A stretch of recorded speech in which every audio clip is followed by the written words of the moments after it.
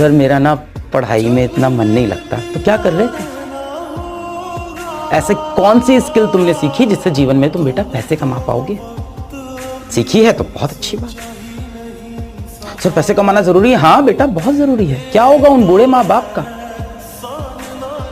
कितने मतलबी हो बेटा?